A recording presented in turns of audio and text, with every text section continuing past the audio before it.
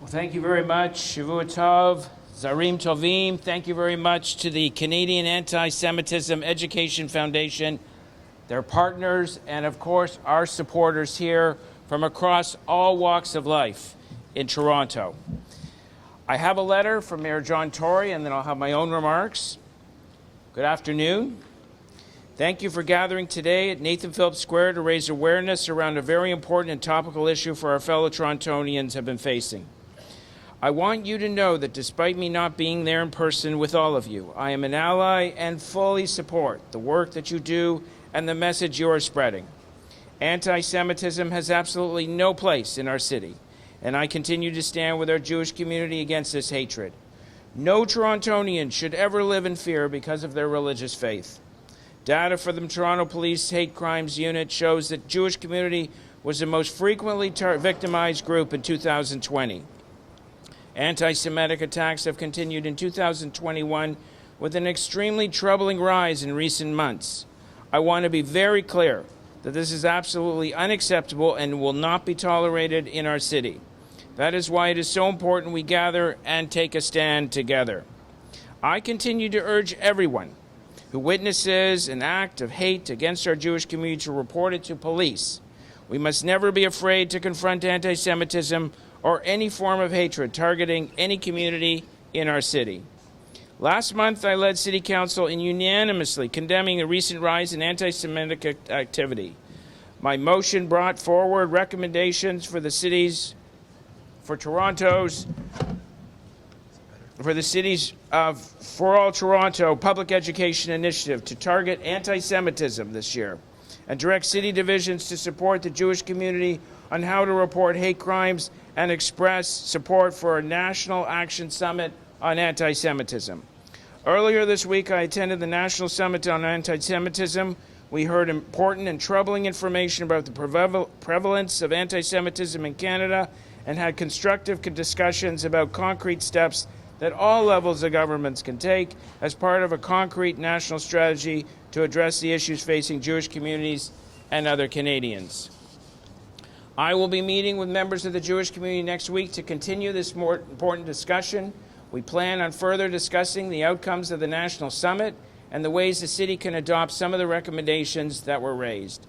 Along with the rise in incidents of anti-Semitism, we also see deeply concerning global increase in racist and discriminatory behavior, including but not limited to Islamophobia, anti-Asian, anti-Black racism, and hatred against our Indigenous and two SLGBTQ communities. It is an important part of my job as mayor to ensure all of the communities who call Toronto home are able to live without fear in our city. We all have a right to feel respected and safe in Toronto. After all, we are a city filled with people from different backgrounds, races, and ethnicities, and we all deserve to live in a place that is safe. I stand with you and encourage you to continue this important work. Thank you, Mayor John Tory.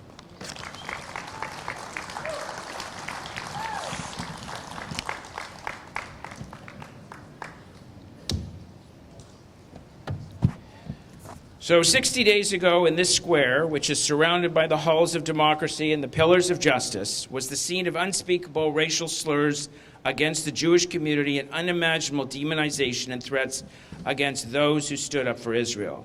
I have seen the videos. I have heard eyewitness statements. I have been provided with a list of threatening words and phrases against the Toronto Jewish community. And I was thinking to myself, did this really happen here in Toronto? Well, we are here today not just to stand up against hate, but to take back the square. We will not be afraid. We are here to bring a message of peace, of faith, and harmony. Any drift back to the dark days where hate was the currency of inclusion must not take its insidious foothold here. The war without end is the fight against prejudice, intolerance, and the scourge of revisionism. Toronto and Canada have always been a stellar reputation worldwide of being a place where people could come from all over the world to settle, to raise a family, to start a business, to practice their faith, and go about their lives in peace and security. We cannot let that change. We need a strong reckoning with where we are and where we want to be. The vast majority of Torontonians just want to get on with their daily lives, free of harassment, free of intimidation, and free of fear, and of course, free of hate.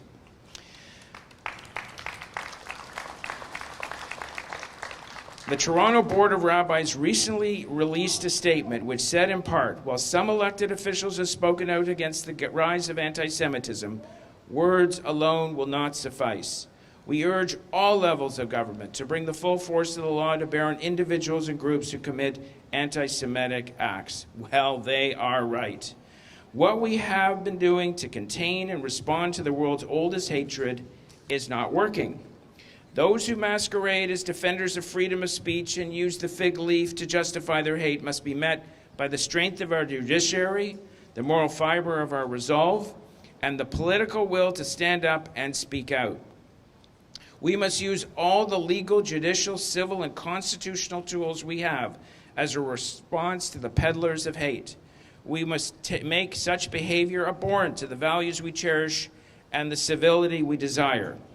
And yet there is no shortage of legal avenues. The Charter of Rights, the Criminal Code, our various police services, CSIS, Toronto's hate rally policy, the City of Toronto Human Rights and Anti-Discrimination Policy, the Ontario Human Rights Code.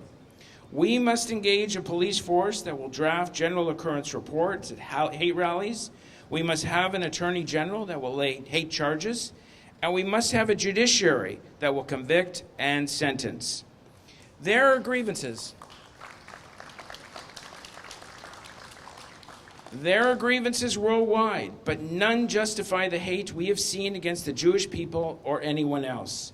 For all residents of our great city, we must speak with one voice to condemn hate and discrimination and protect our neighbors. After all, civility leads to restraint, and restraint leads to the very community we want. Remembering the truism and warning from Elie Wiesel, in any society, fanatics who hate don't only hate me, they hate you too. They hate everybody. In the end, when we connect the dots of who we are and where we come from and where we want to be, we are a city that needs the restraint, the spirit, the shared love that comes from our clergy, from our houses of worship, from the inner heart where compassion rules, and from the cherished belief that we are richer not from who we exclude, but who we include. Whether you were born here or chose Toronto to settle here and begin anew, that to keep this city great, to go about our daily lives in peace and comfort and freedom and dignity, if we are to be a city of high purpose and a people of Tikkun Olam, we must work as one, sharing not just a postal code, but the values and character that define who we are. Let us pledge here and now that those looking back at this place and time will do our part, renewing our faith in God, our faith in ourselves, our faith in each other, to make sure that the community we build is one of an enduring spirit of faith, harmony, strength, and respect. And calling on ourselves and the institutions that are designed to protect us to do their work. And reminding ourselves of the truths that God's work in this world must truly be our own. Am Yisrael Chai.